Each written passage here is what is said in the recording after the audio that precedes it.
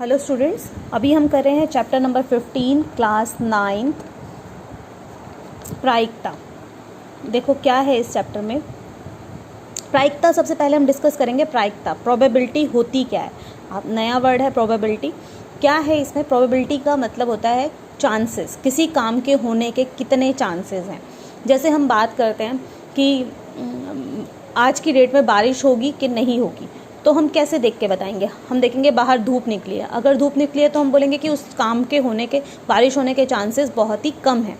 और अगर धूप नहीं निकली है और बादल दिख रहे हैं, क्लाउड्स दिख रहे हैं, तो हम बोलेंगे कि आज बारिश होने के चांसेस ज़्यादा हैं। ठीक है, तो अगर क्लाउड्स हैं तो प्रोबेबिलिटी ज़्यादा है, क्लाउड्स नहीं है तो प्रोबेबिलिटी कम है। तो कितने चांसेस हैं? ठीक है, जैसे हम बोलते हैं, एक एग्जांपल और ले सकते हैं कि हम एक सिक्का उछालते हैं तो हेड आएगा या टेल आएगा। तो दो ही ऑप्शन है, तीसरा तो कुछ नहीं होता। या तो हेड आता है जब सिक्का उछलता है, या फिर टेल आता है। हेड कब आता है? या हेड और टेल आने के कितने कितने चांसेस हैं? तो हम बोलेंगे आधा चांस हेड आने का है और आधे चांसेस टेल आने के हैं। तो प्रोबेबिलिटी क्या होगी? तो हम बोलेंगे जो प्रोबेबिलिटी है, दो ऑप्शन है, या तो हेड या टेल। तो हम बोलते हैं प्रोबेबिलिटी क्या होगी हेड आने की। सपोज हम बोलते हैं प्रोबेबिलिटी हेड आने की क्या प्रोबेबिलिटी होगी। तो हेड कितने ऑप्शन है? एक ऑप्शन हेड का है और टोटल कितने ऑप्शंस हैं? दो। तो जो हमें चाहिए वो उसके कितना है और टोटल कितने हैं वो नीचे लिखते हैं। ऐसे ही हम प्रोबेबिलिटी बोलेंगे टेल आने की क्या होगी। तो टेल एक ऑप्शन है और टोटल ऑप्शन है दो, तो 1/2 हो गई टेल आने की प्रोबेबिलिटी। ठीक है, तो प्रायिकता समझ में आई क्या होती है। ठीक है, तो प्रोबेबिलिटी किसी इवेंट की, ई कोई इवेंट है, ई इवेंट की क्या है?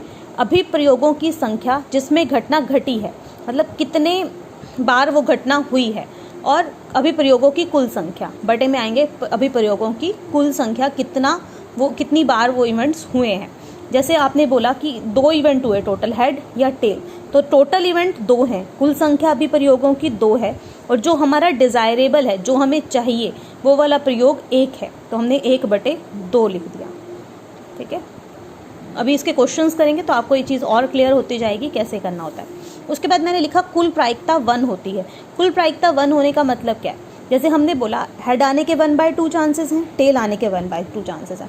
तो टोटल प्रायिकता क्या हो गई? हाफ और हाफ को जब प्लस करोगे तो 2 एलसीएम हो गया, 1 + 1 2/2, तो कितना हो गया? 1।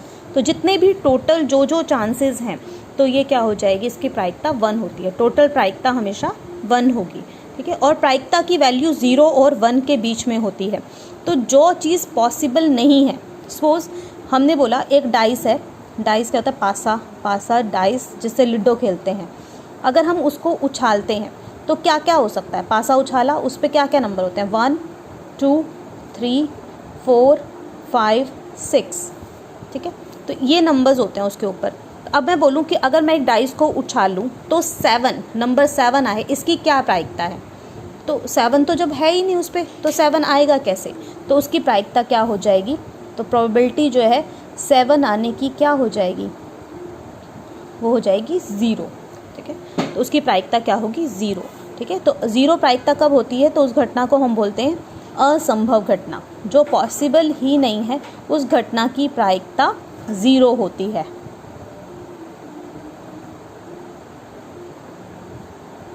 ठीक है, और अगर मैं बोलूँ प्रोबेबिलिटी बताओ कि 7 से कम संख्या आने की।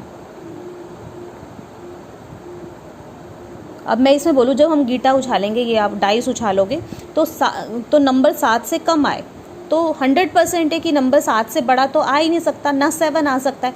नंबर जो आएगा वो 7 से कम ही आएगा। तो ये तो कंफर्म है, पक्का है कि ये होगा ही होगा। तो इसकी प्रायिकता क्या होती है? 1।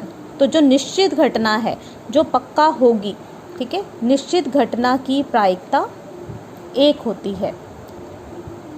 ठीक है, 1 होती है। ठीक है, और बाकी जो इवेंट है, जो हो भी सकता है और नहीं भी हो सकता, उसकी प्रायिकता जो होती है वो 0 और 1 के बीच में आती है। ठीक है, 0 के बराबर भी हो सकती है, 1 के भी बराबर हो सकती है, और प्रोबेबिलिटी किसी घटना की क्या होती है? 0 और 1 के बीच में लाई करती है।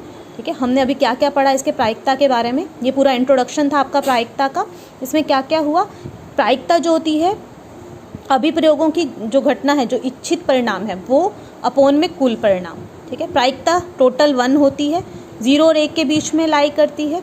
0 कब होती है? जो घटना असंभव है उसकी प्रायिकता 0 होती है, और जो घटना कन्फर्म पक्का होगी ही होगी उसकी प्रायिकता 1 होती है। अदरवाइज प्रायिकता 0 और 1 के बीच में लाई करती है। ठीक है, क्लियर है ये टॉपिक? ये आपका इंट्रोडक्शन था। उसके बाद हम आगे के क्वेश्चंस करेंगे।